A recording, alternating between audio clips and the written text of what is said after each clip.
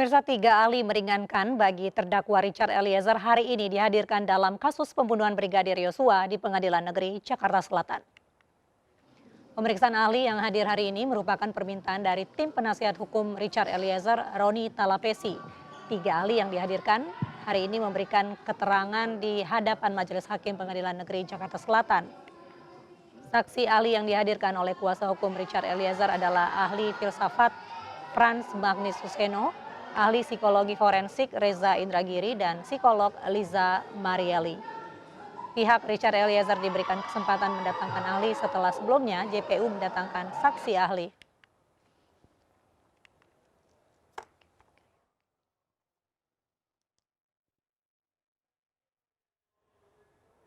Ya pemirsa, persidangan lanjutan sidang kematian Brigadir Yosua kembali digelar di Pengadilan Negeri Jakarta Selatan hari ini dan terdakwa Richard Eliezer menghadirkan 3 saksi meringankan dalam agenda pembelaan dakwaan. Dan untuk membahasnya sore ini telah terhubung bersama kami pakar hukum pidana Bapak Suparji Ahmad. Selamat sore Bapak. Sore Mbak. Iya. Bapak, Richard Eliezer ini kan menghadirkan 3 saksi ahli yang meringankan. Bagaimana Bapak melihat sidang hari ini? Ya, pertama bahwa yang dihadirkan adalah ahli ya, bukan sebagai saksi ahli, karena itu adalah 2 hal yang berbeda. Saksi adalah orang yang melihat, mendengar, dan mengalami secara langsung atas adanya peristiwa pidana. Sedangkan ahli adalah orang yang memiliki keahlian yang diharapkan bisa membantu membuat terang benderang perkara berdasarkan pengetahuan dan keilmuannya. Ahli tidak bicara tentang fakta, tidak bicara tentang pokok perkara, tetapi melakukan analisis berdasarkan keilmuan. Misalnya, dalam hal ini dihadirkan ahli forensik, ahli filsafat, ya, dan kemudian psikolog. Dalam konstruksi Eliezer ataupun penasihat hukumnya, melalui ahli-ahli yang dihadirkan tadi, diharapkan bisa meringankan Eliezer. Misalnya, dalam hal ahli filsafat, diharapkan ada penjelasan secara filosofis, secara moral, berkaitan karakter seseorang berdasarkan sebuah relasi kuasa. Kita lihat tadi bagaimana Prof. Frans Magnis ya, sebagai ahli filsafat menerangkan tentang 2 hal yang bisa meringankan Eliezer. Misalnya soal adanya perintah atasan, kemudian yang kedua adalah soal situasi kondisi yang menyebabkan yang bersangkutan tidak bisa kemudian mengelak dari perintah tersebut. Secara filosofis bermaksud menjelaskan itulah misalnya perilaku manusia. Adanya relasi kuasa menyebabkan seseorang bisa melakukan hal-hal yang sebetulnya itu bertentangan dengan hukum. Tetapi realitas terjadi karena situasi dan kondisi, karena relasi kuasa tadi kemudian menyebabkan perilaku tersebut. Yang diharapkan melalui keterangan ini, hakim memberikan keringanan kepada terdakwa karena memang sesungguhnya apa yang dilakukan adalah bukan kehendak pribadi, tapi adalah kehendak atasan dan adanya situasi kondisi bahwa yang bersangkutan tidak kuasa menolak atau tidak kuasa kemudian mengelak karena situasi tersebut.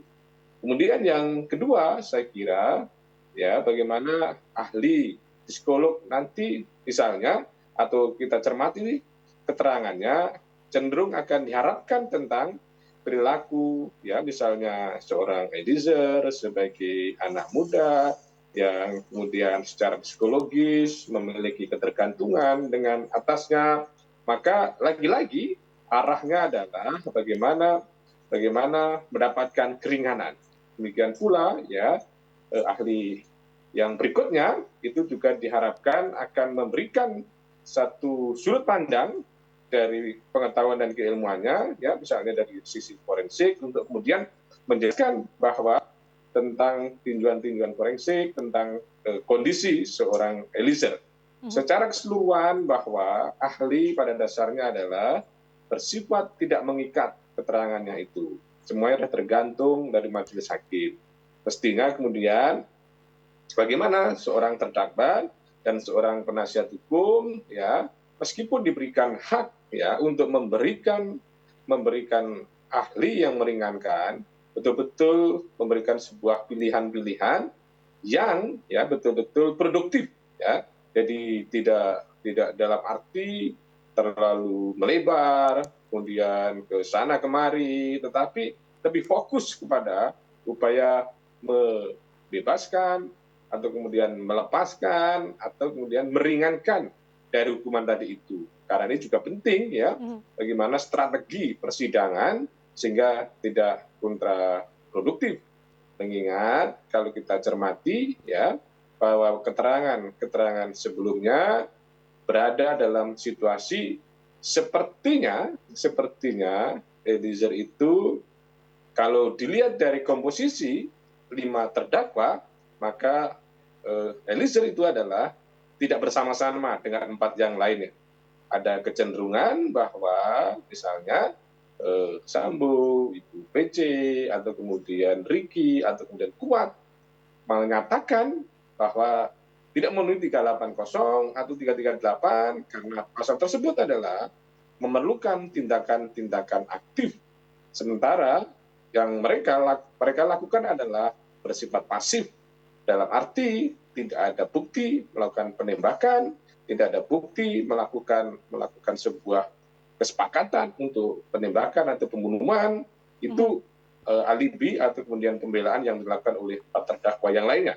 Sementara Eliezer tidak bisa mengelak karena memang dia sudah mengaku dialah yang kemudian menembak, maka satu-satunya cara untuk meringankan bahwa yang bersangkutan adalah melaksanakan itu karena perintah atasannya. Itu, Mbak. Iya, Pak Suparji, kalau kita kembali dengan pernyataan dari ahli filsafat Frans Magnis yang menyatakan bahwa ada dilema moral yang bisa menciptakan suara hati kekeliruan dan juga dapat meringankan Eliezer terkait juga bahwa Eliezer diperintah oleh atasan.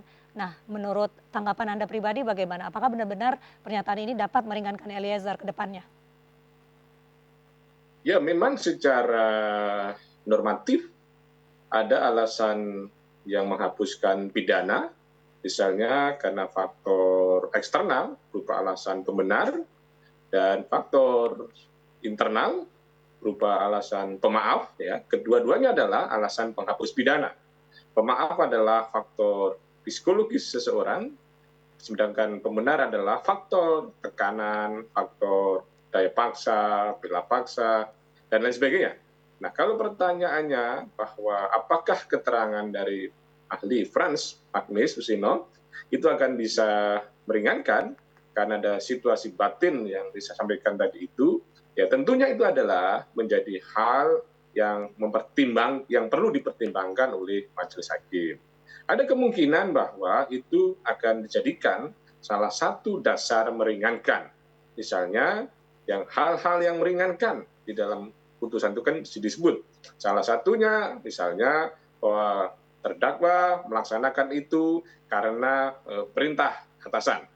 Tapi persoalannya adalah bahwa ternyata perintah atasan itu 2 hal, ada yang berbeda. Atasan yang dimaksud misalnya Ferdy Sambo mengatakan tidak pernah memerintahkan untuk menembak.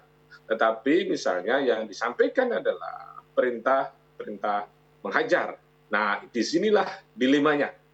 Kalau kemudian mengkonstruksikan bahwa yang dilakukan adalah karena sebuah perintah atasan, sementara atasan tidak pernah mengakui memerintahkan untuk melakukan penembakan, maka disinilah muncul satu hal yang kemudian keyakinan hakim yang mana.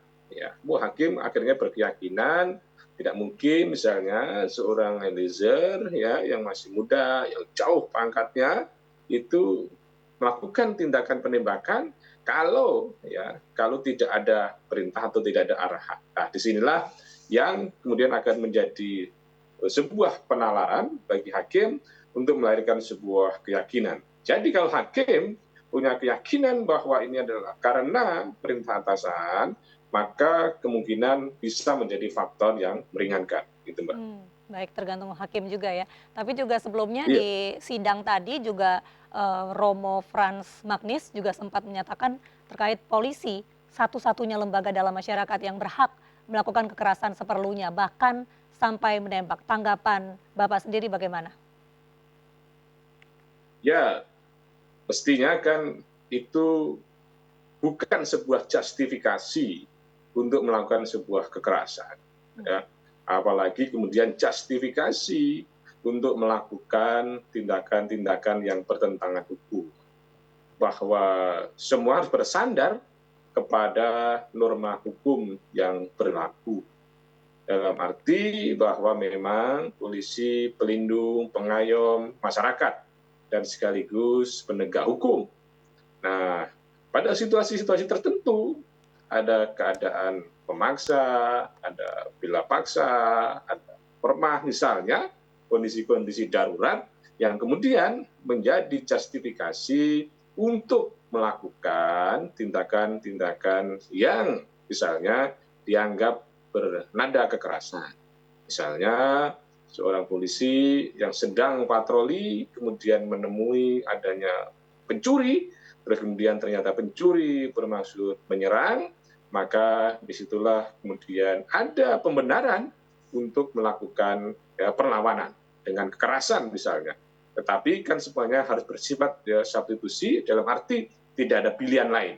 Dan pembelaannya pun juga harus proporsional, ya, sehingga semata-mata dalam rangka membela.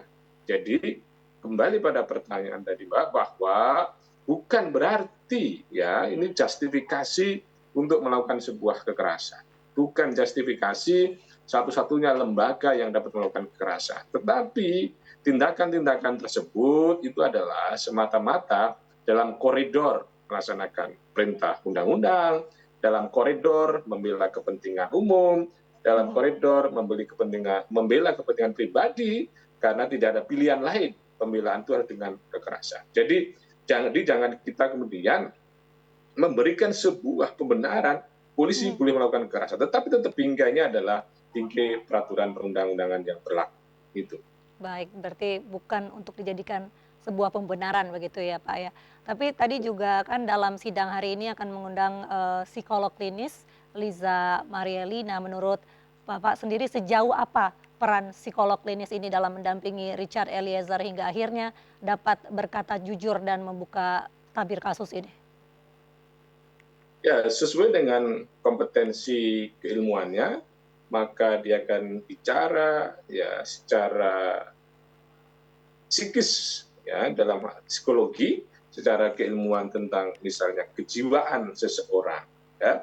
Misalnya akan bicara tentang bagaimana pada waktu itu tidak berani ngomong sebenarnya, terus kemudian pada akhirnya dia juga berani jujur, kan gitu. Apakah secara psikologis hal tersebut ya dimungkinkan atau terjadi? Jadi psikologi tadi akan melihat dari gejala-gejala psikis seseorang yang secara teoritis, yang secara umum, terus kemudian diterapkan kepada ya perilaku dari seorang Eliezer. Jadi ada cara berpikir secara umum terlebih dahulu, terus kemudian coba diilustrasikan dengan terdakwa, dan arahnya tentunya adalah adanya sebuah kebenaran untuk meringankan kepada terdakwa bahwa secara teoritis ya, perilaku hal tersebut itu adalah mungkin terjadi. Pada awalnya takut, pada awalnya tidak berani ngomong apa adanya, Mhm. terus kemudian tidak akhirnya berani ngomong karena misalnya juga merasa dihantui, rasa berdosa kepada almarhum, itu adalah secara psikis yang kemudian bisa diterangkan. Apakah memungkinkan seseorang itu ketika melakukan sebuah kesalahan, melakukan penembakan, terus kemudian dibayang-bayangi kesalahan, dibayang-bayangi korbannya, bagaimana secara psikis. Nah itu Baik, nanti kalau diterangkan akan menjadi hal yang juga meringankan. Gitu. ya Ya. baik. Baik, terima kasih Bapak Suparji Ahmad selaku pakar hukum pidana telah bergabung di MNC News Now. Salam sehat. Ya pemirsa, Ya. MNC News Now akan segera kembali. Usai jeda.